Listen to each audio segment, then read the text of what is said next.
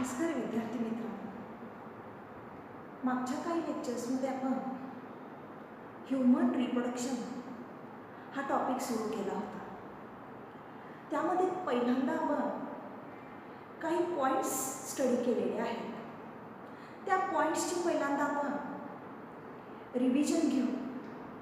मग नवीन सिलेबसमध्ये जो आपला नवीन टॉपिक आहे reproduction in lower and higher animals, lower ॲनिमल्समध्ये आणि हायर ॲनिमल्समध्ये कशा प्रकारे रिप्रोडक्शन घडून येतं याचा आपण अभ्यास करू. लोअर ॲनिमल्स म्हणजे सगळे नॉन कॉर्डेट्स, अपृष्ठवंशीय प्राणी ज्याचा आपण अभ्यास केलेला आहे. Phylum Porifera, phylum Coelenterata, phylum Platyhelminthes, Aschelminthes म्हणजे स्पॉन्जेस सारखे ॲनिमल, सिलेंट्रेट्स हायड्रासारखे ॲनिमल, फ्लॅटवर्म, राऊंडवर्म, हे सगळे लोअर ॲनिमल्स आहेत. आणि हायर ॲनिमल्स म्हणजे ज्यांचं इव्होल्युशन झालेलं आहे, ज्यांच्या बॉडीमध्ये कॉम्प्लेक्सिटी आहे, अशा प्रकारचे हायर ॲनिमल्स. ह्यांच्यामध्ये रिप्रोडक्शन कसं होतं आहे याचा अभ्यास आपण करणार आहे. मग आपण पहिल्यांदा जो अभ्यास केलेला आहे थोडक्यात त्याची रिव्हिजन घेऊ आणि जेव्हा मी तुम्हाला सांगेन की हा नवीन पॉईंट आहे जो आपण अभ्यास केलेला नाही, तो पॉईंट मी तुम्हाला थोडासा डिटेलमध्ये सांगत जाईल. मग आपण पहिल्यांदा थोडक्यात रिव्हिजन पाहायला लागू. मग पहिल्यांदा आपण पाहिलं होतं reproduction. Reproduction is a important life process. It is a biological process in which there is a formation of new life from pre-existing similar life. अगोदरच्या जीवापासून नवीन जीव निर्माण होणे जो त्याच्यासारखाच असणे, या प्रोसेसला रिप्रोडक्शन म्हणायचं. प्री एक्झिस्टिंग सिमिलर लाईफपासून नवीन लाईफ तयार होणे म्हणजे reproduction. Reproduction helps in continuation of species. ती जात स्वजातीचे सातत्य टिकवण्याचं काम ती करते. Reproduction it helps to increase number of individual. रिप्रोडक्शनमुळं इंडिव्हिज्युअलचा नंबर वाढतो. मग आपण पहिल्यांदा बघू त्याच्या मेथड्स, रिप्रोडक्शनच्या methods. Asexual reproduction and sexual reproduction. रिप्रोडक्शनच्या दोन मेथड आहेत, अलैंगिक आणि लैंगिक प्रजनन. Asexual reproduction, sexual reproduction. थोडक्यात त्याचा डिफरन्स बघू. एक दोन तीन पॉईंट फक्त रिवाइज करू. Asexual reproduction is called as apomixis. Sexual reproduction is called as amphimixis. Apo means without, mixis means mixing, amphimixis means amphi means both, mixis means mixing. In asexual reproduction, only single parent involved, uniparental. In sexual reproduction, two parents are involved, biparental. In asexual reproduction, no formation of gamete, fusion of gamete. In sexual reproduction, there is a formation of gamete, fusion of gamete.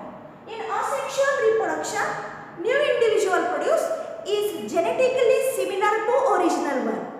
In this, new individual is not genetically similar to original one. That means, in asexual reproduction, no variation, no evolution. In sexual reproduction, there is a variation and evolution. In asexual reproduction, new daughter cells or progeny which is formed, which is genetically similar to original parent. Original parent सारखी exact carbon copy तो निर्माण करतो. तो सजीव म्हणजे नवीन जीव जो निर्माण होणार तो एक्झॅक्ट कार्बन कॉपी असणार ओरिजिनल पेरेंट सारखा. आणि जो नवीन जीव तयार झालेला आहे ह्या प्रोसेसनं त्याला म्हणायचं clone.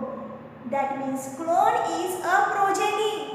or daughter cell which is genetically identical to original parent.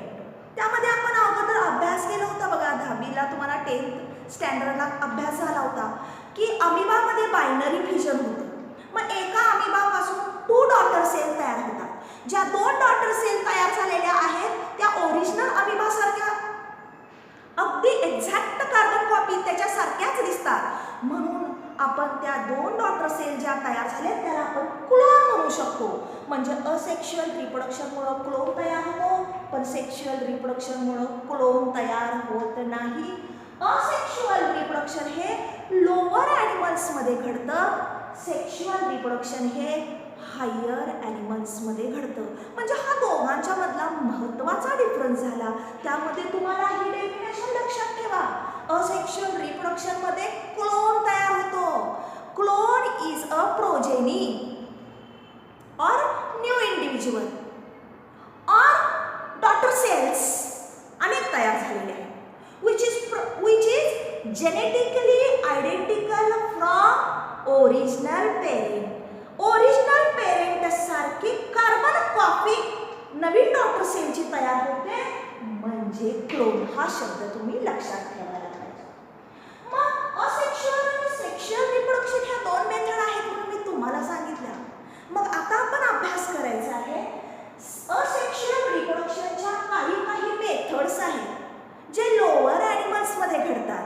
मग त्या आपण अभ्यास केलेल्या आहेत. थोडक्यात त्याचे एक्झाम्पल आणि त्याच्यामध्ये नेमकं काय घडतं ह्याचा अभ्यास करू. पहिला आहे जेबुल formation.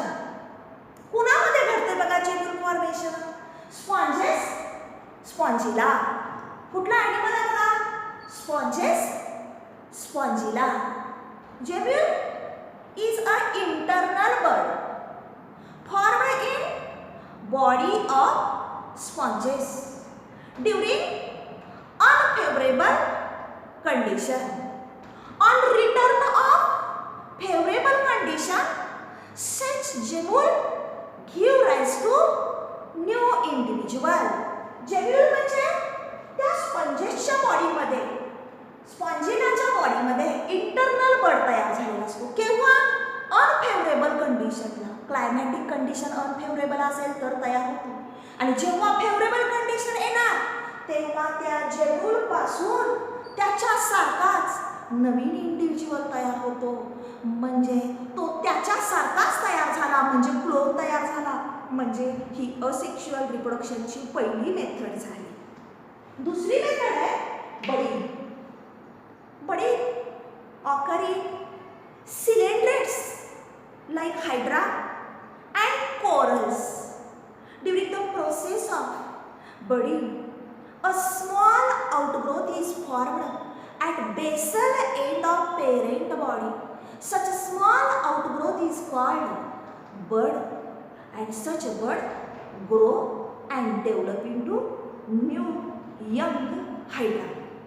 And after some period of time, such young hydra detach from parent body and they becomes independent new organism. म्हणजे ही प्रोसेस घडत असताना त्या पेरेंटच्या बॉडीवर एक स्मॉल आउटग्रोथ बाहेर येते, त्याला बड म्हणायचं. त्या बडपासनं कालांतरानं नवीन इंडिव्हिज्युअल तयार होतो आणि काही काळानंतर तो पेरेंटच्या बॉडीपासून डिटॅच होतो and they becomes independent new organism. म्हणजे हे कुणामध्ये घडलं मग बडी? हायड्रामध्ये, कोरल्समध्ये. जे कोण आहे? फायलम सिलेंट्रेटामध्ये येणारे ॲनिमल्स आहे. हा दुसरी मेथड झाली असेक्शुअल रिप्रोडक्शनची, बडिंग, ज्यामध्ये पेरेंटच्या बॉडीला बड येतो. हा पॉइंट लक्षात ठेवा. तिसरी regeneration. Regeneration is a process in which organism regenerate or repair damaged or lost body part. For example, damaged planaria regenerates its lost body part. आता ही जी प्रोसेस आहे ही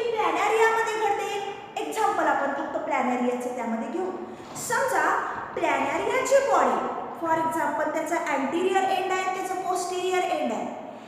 अँटिरियर end exerts pull on posterior end. त्याच्या posterior एंडवर तो pull निर्माण करतो. Due to such pull middle part constrict and breaks, and there is a formation of two pieces. From these two pieces new planaria develop.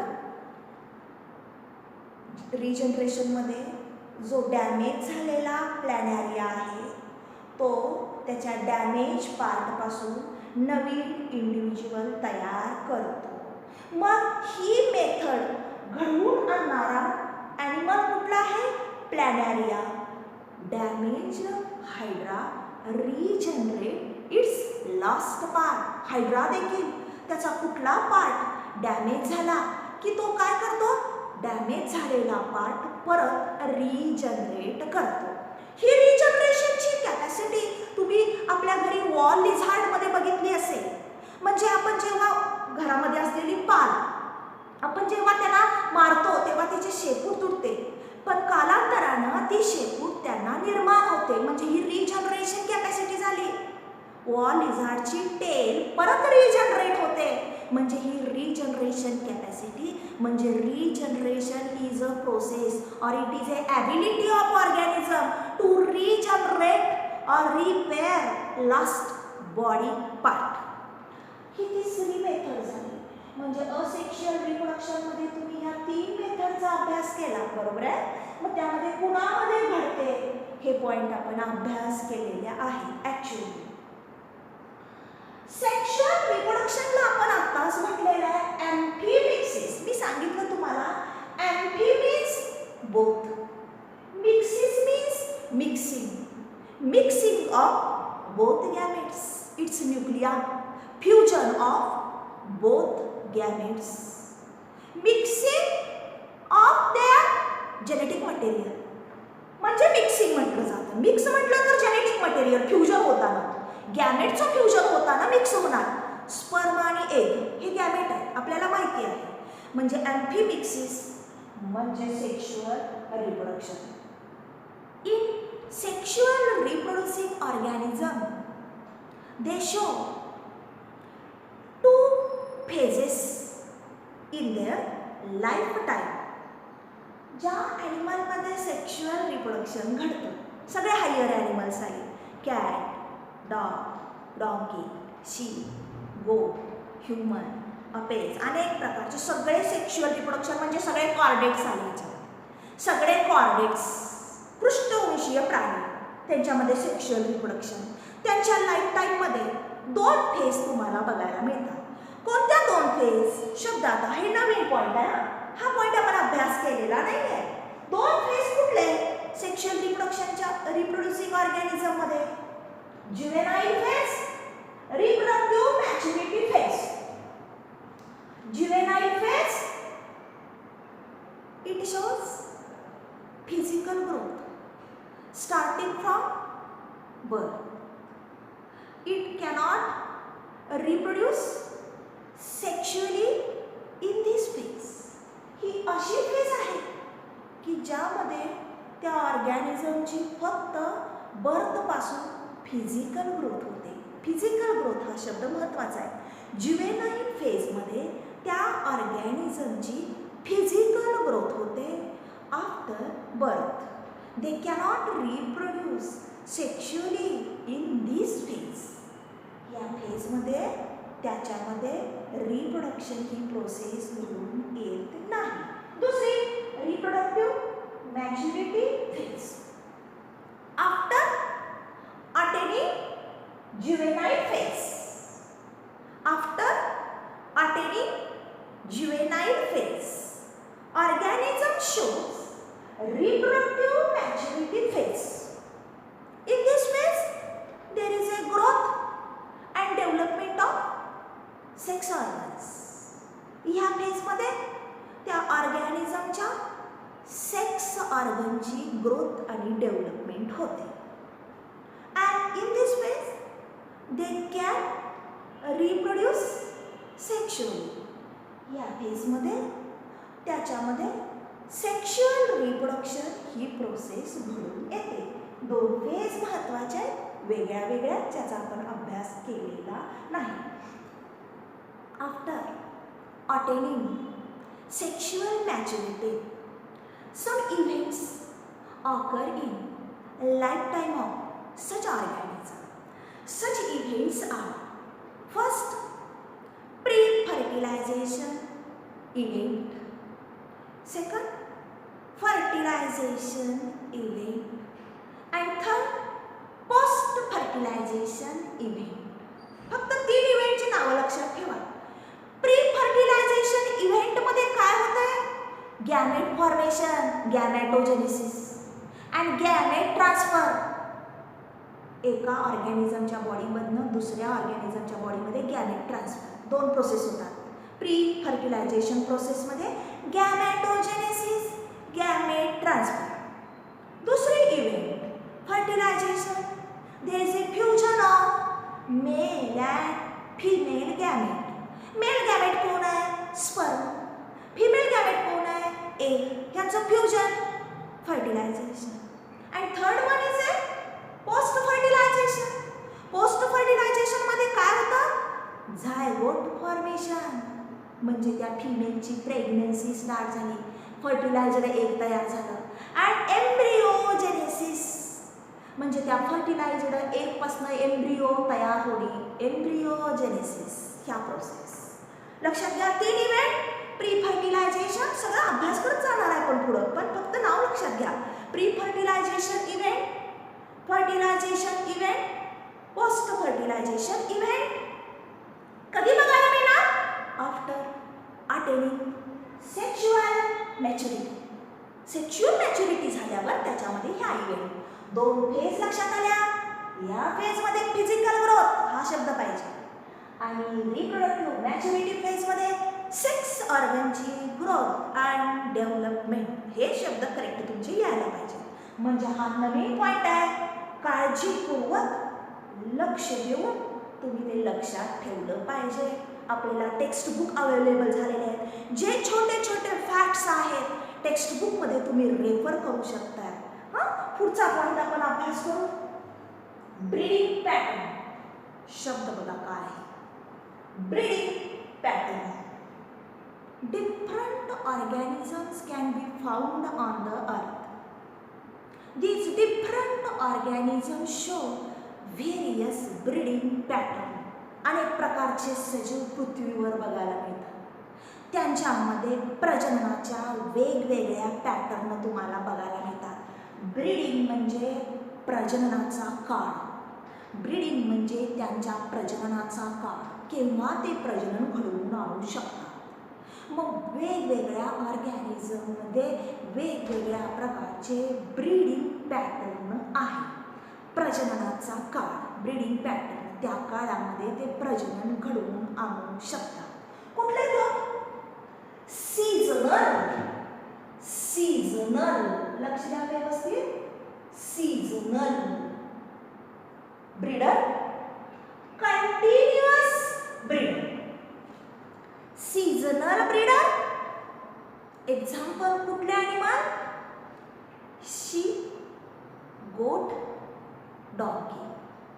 They cannot reproduce throughout the year. Ship, गोट, doggy. They cannot reproduce throughout the year. They only reproduce season wise. Particular season मध्येच त्यांच्यामध्ये reproduction घडून येतं.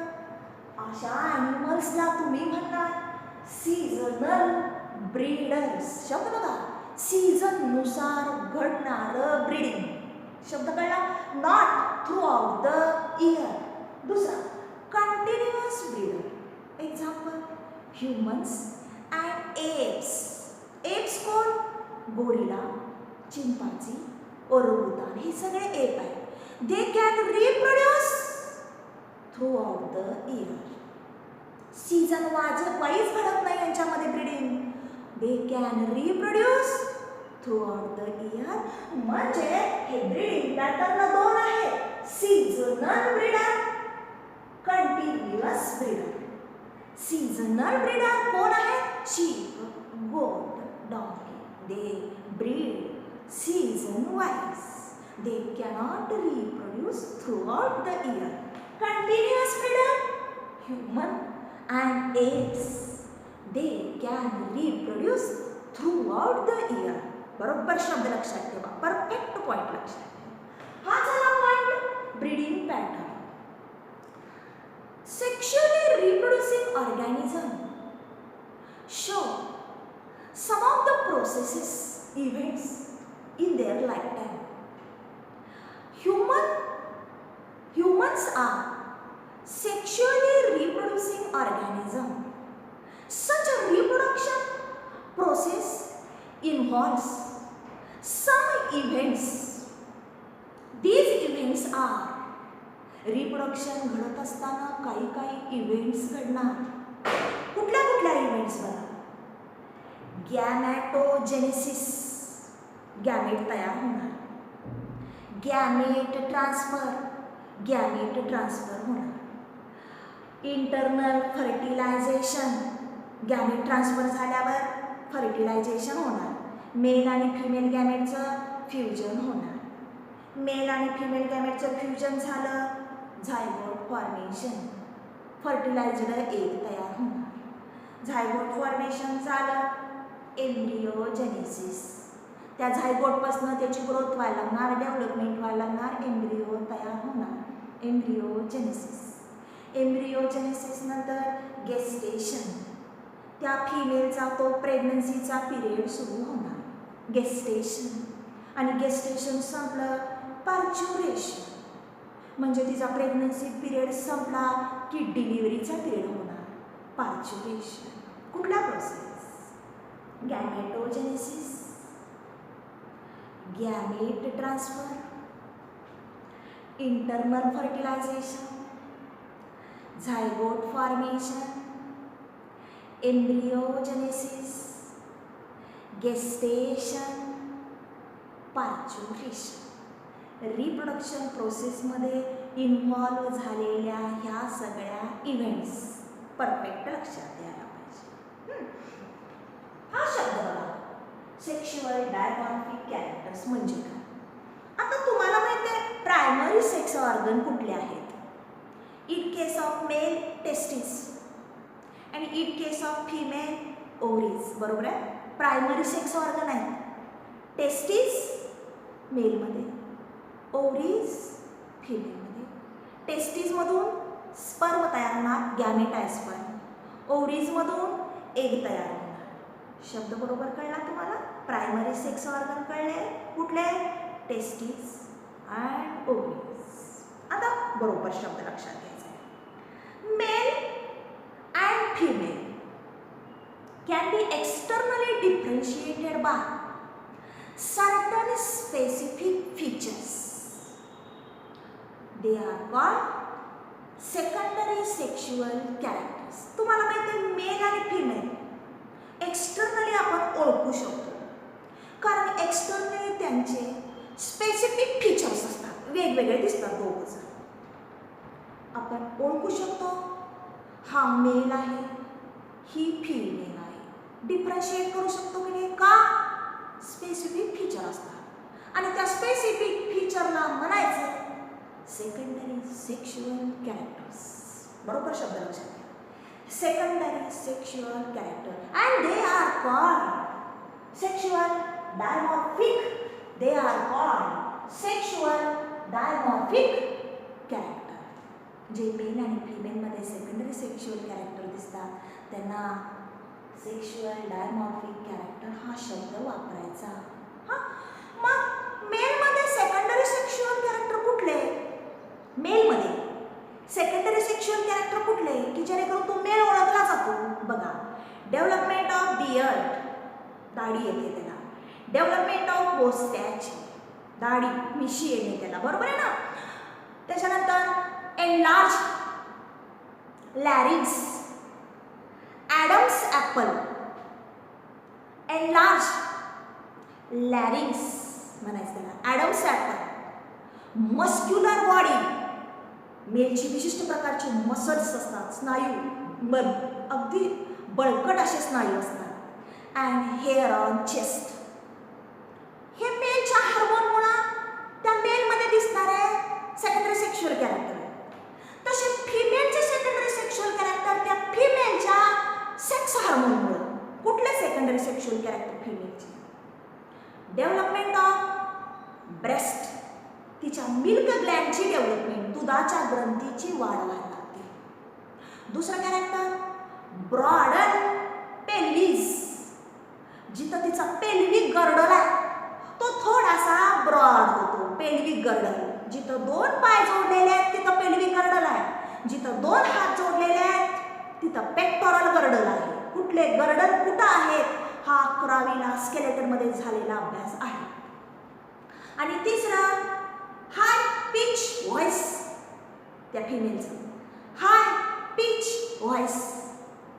And presence of menstrual cycle. त्या फिमेलमध्ये ती mature झाल्यावर तिच्यामध्ये मेन्स्ट्रुअल सायकल सुरू होते, म्हणजे तिच्या ओव्हरीमधून एग रिलीज व्हायला लागतात.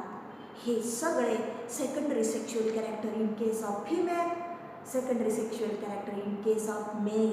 वेगळे वेगळे आहेत दोघांचे कॅरेक्टर्स. मग हा अभ्यास केल्यानंतर आपण मेल रिप्रोडक्टिव्ह सिस्टीम हा पॉइंट बघायला घेतला होता. मग आपण हा पूर्ण डायग्राम सहित अभ्यास केलेला आहे. फक्त त्याची थोडक्यात रिव्हिजन, त्याची नावं फक्त आपण बघू, कारण हा अभ्यास ऍक्च्युली आपण केलेला आहे. मग फक्त त्याची नावं. Male reproductive system consists of internal genitalia and external genitalia. Internal genitalia and external genitalia. It consists of testes, accessory ducts, glands and external genitalia. कशा प्रकारची नावं लक्षात ठेवायची बघा. मेल रिप्रोडक्टिव्ह सिस्टीम मध्ये तुम्ही ही नावं लक्षात ठेवायची. Test, accessory ducts, glands. हे तिघजण मिळून आणि राहिलेला तो एक्सटर्नल जेनिटेलिया.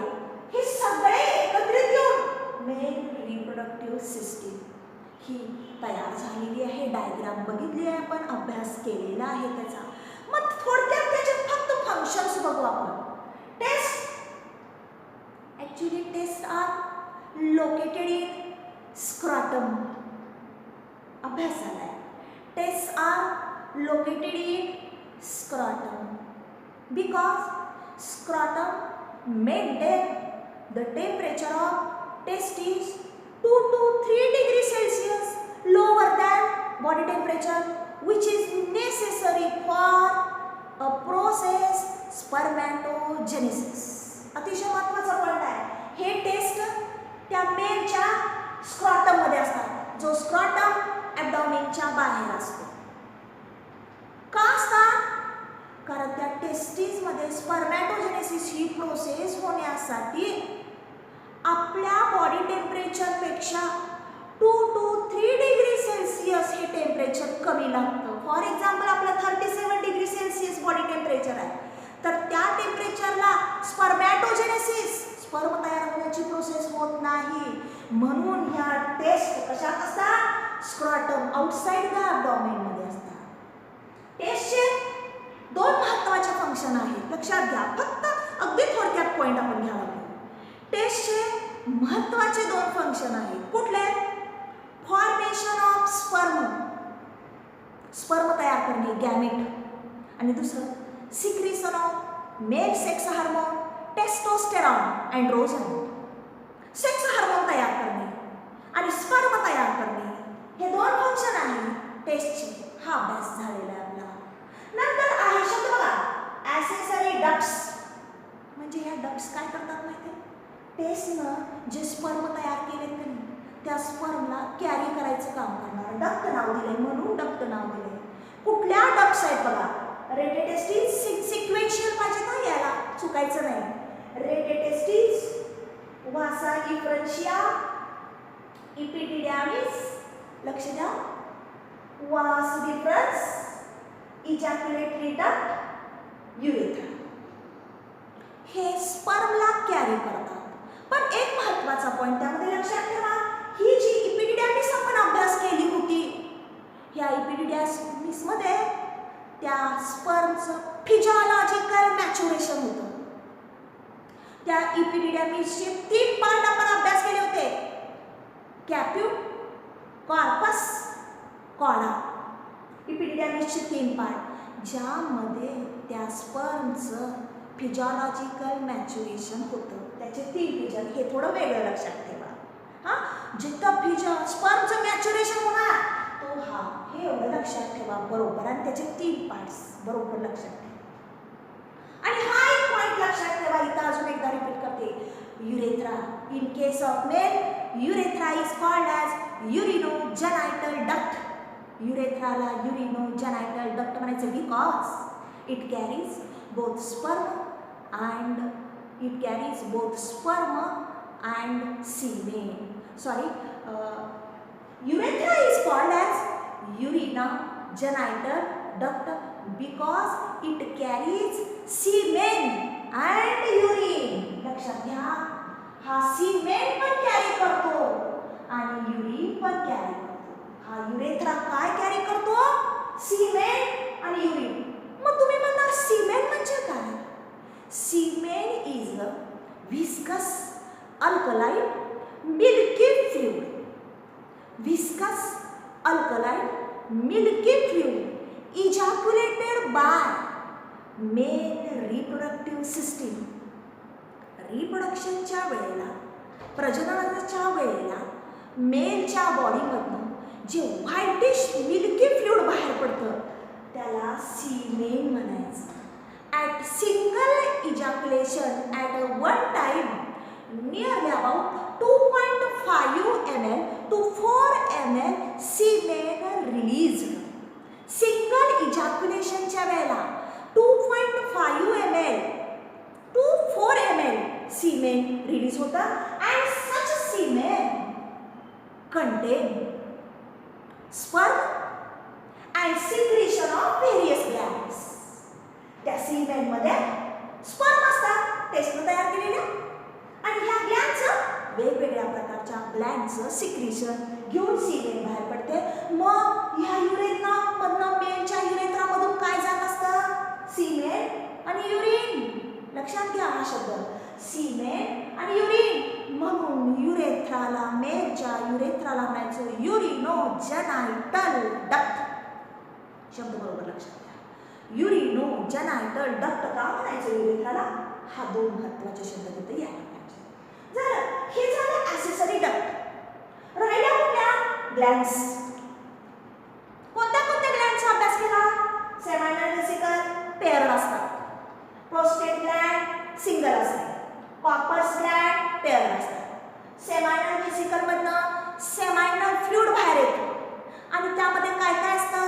Fructose, fibrinogen, प्रोस्टॅग्लॅंडिन्स. सेमायनल व्हेसिकल मधनं सेमायनल फ्लुइड, एक प्रकारचं फ्लुइड सिक्रेशन बाहेर येतं. मग त्या फ्लुइड मध्ये काय असतं? Fructose, fibrinogen, prostaglandins. प्रत्येकाचे फंक्शन ठरलेले आहे. अँड इट फॉर्म्स याच्या सिक्रेशनमुळे seminal fluid forms 60% of total volume of semen. हा जो सीमेन आहे त्याचा 60% ह्याच्या सिक्रेशननं फिल केला जातो. 60%. It forms 60% of total volume of सीमेन. त्याच्या सिक्रेशनला काय म्हणायचं? हा शब्द फक्त सांगितलेला आहे, डिटेल्स बघितलेले आहे. प्रोस्टेट ग्लॅंड सिंगल आहे, प्रोस्टॅटिक फ्लुइड सिक्रेट करते, and it forms 30% of total volume of semen. And such prostatic fluid contain citric acid, acid phosphatase, and various enzymes. And last, Copper's gland. Viscous fluid released from such gland which act as lubricant during copulation.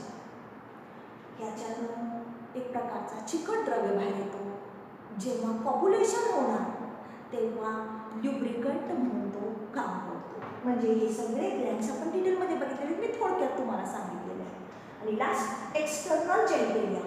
External जेनिटेलियामध्ये महत्त्वाचे 2 points येणार आहेत. एक penis, हा male copulatory organ आहे and it consist of 3 types of erectile tissue. Study केलेले आपण. Male copulatory organ, 3 erectile tissue असतात, अभ्यास झालेला आहे त्याचा. कॉर्पोरा कॅव्हर्नोसा आणि कॉर्पस स्पॉन्जिओसम इरेक्टाईल टिश्यूची नाव आहे. आणि त्या पेनिसचा टिप सोलन झालेला असतो, त्याला ग्लॅन्स पेनिस म्हटलं होतं. आणि त्या ग्लॅन्स पेनिसवर स्किनचा फोल्ड असतो, त्याला फोर स्किन म्हटलं होतं. प्रिप्यूस हे शब्द झाले. आणि शेवटचा तो scrotum. It is a pouch like structure present near penis. Pouch like structure present near penis. हा पाउच सारखा पेनिसच्या जवळ आहे. Such scrotum shows fibromuscular band called as gubernaculum. त्या स्क्रॉटममध्ये एक विशिष्ट प्रकारचा फायब्रोमस्क्युलर बँड असतो, त्याला गुबर्नॅक्युलम असतो. म्हणायचं आपण gubernaculum. Such foetal test retain in scrotum. Foetal test त्या स्क्रॉटममध्ये रिटेन केल्या जातात due to such fibromuscular band called as gubernaculum. या स्क्रॉटममध्ये test remains suspended by spermatic cord. म्हणजे तुम्ही स्क्रॉटममध्ये गुबर्नॅक्युलम हा एक फायब्रोमस्क्युलर बँड असतो, हे एक शब्द लक्षात ठेवायचा. आणि अजून एक स्पर्मॅटिक कॉर्ड हा एक शब्द लक्षात ठेवायचा. Test remains suspended in scrotum by spermatic cord. हे 2 शब्द तिथं वेगळे लक्षात ठेवा. मग या स्क्रॉटमचं फंक्शन काय? जसं हा मेल कॉप्युलेटरी ऑर्गन आहे, मग स्क्रॉटमचं function it maintains the temperature of testis 2 to 3 degrees Celsius lower than body temperature which is necessary for spermatogenesis. या स्क्रॉटममध्ये टेस्टिस असतात. मग त्या टेस्टिसमधून स्पर्मॅटोजेनेसिस प्रोसेस होण्यासाठी, म्हणजे स्पर्मॅटोजेनेसिस म्हणजे काय माहिती आहे? स्पर्म तयार होण्यासाठी बॉडी टेम्परेचरपेक्षा 2 to 3 डिग्री सेल्सिअस कमी एवढं टेम्परेचर लागणार. आणि ते कुठं होणार? ॲब्डॉमेनमध्ये असताना ते घडू शकत नाही, कारण ॲब्डॉमेनमध्ये जर ते असेल तर बॉडी टेम्परेचर तेवढंच असतं, त्यामुळे स्पर्म तयार होत नाही. बरोबर आहे. आणि मग म्हणून ते टेस्ट कुठं असतात? स्क्रॉटममध्ये. म्हणजे स्क्रॉटममध्ये असल्यामुळं बॉडी टेम्परेचरपेक्षा कमी 2 to 3 डिग्री सेल्सिअसचं कमी टेम्परेचर तिथं मिळतं. आणि मग त्या टेस्टपासून हे स्पर्म तयार केले जातात. एक कंडिशन आपण अभ्यास केली होती, क्रिप्टॉर्चिटिझम. ही कंडिशन आपण अभ्यास केली होती. मग त्यामध्ये काय होतं? Failure of testis to descend into scrotum. काही इंडिव्हिज्युअलमध्ये त्या भ्रूणाची वाढ होत असताना काही महिन्यानंतर हे टेस्ट या स्क्रॉटममध्ये जातात, इन्ग्विनल कॅनालमधून जातात. हा पॉईंट आपण अभ्यास केलेला आहे. हे टेस्ट इन्ग्विनल कॅनालमधून स्क्रॉटममध्ये जातात. मग काही इंडिव्हिज्युअलमध्ये त्या भ्रूणाची वाढ होत असताना, एम्ब्रिओची वाढ होत असताना ते टेस्ट त्या स्क्रॉटममध्ये जात नाही. त्या कंडिशनला क्रिप्टॉर्चिटिझम हा शब्द आपण वापरला होता. म्हणजे काय? Failure of test to descend into scrotum. म्हणजे ते टेस्ट ॲब्डॉमेनमध्येच राहतात, स्क्रॉटममध्ये जात नाही. त्या कंडिशनला म्हटलं होतं आपण क्रिप्टॉर्चिटिझम. हा अभ्यास केलेला, रिव्हिजन केलेला पॉईंट मी तुम्हाला थोडक्यात सांगितलेला आहे. याचा डिटेल अभ्यास आपण केलेला आहे, डायग्राम बघितलेली आहे, म्हणून मी थोडक्यात सांगितलेलं आहे. जिथपर्यंत मी तुम्हाला शिकवलेलं आहे ते फक्त थोडक्यात रिव्हिजन घेणार. आणि हे मात्र नवीन पॉईंट आहे, हे तुम्हाला मी सांगितलेले आहे की कशा प्रकारे लक्षात ठेवायचे. हे नवीन पॉईंट आहे, फक्त एवढेच आता शिकवलेले एवढेच नवीन पॉईंट आहे. बाकी हे सगळं आपले कन्सेप्ट आपण अभ्यास केलेले आहे. पुढच्या लेक्चरला आपण फिमेल रिप्रोडक्टिव्ह सिस्टीमचे थोडक्यात पॉईंट्स बघू आणि मग तिथून नवीन काय काय आहे ते स्टेप बाय स्टेप आपण अभ्यास करत जाऊ.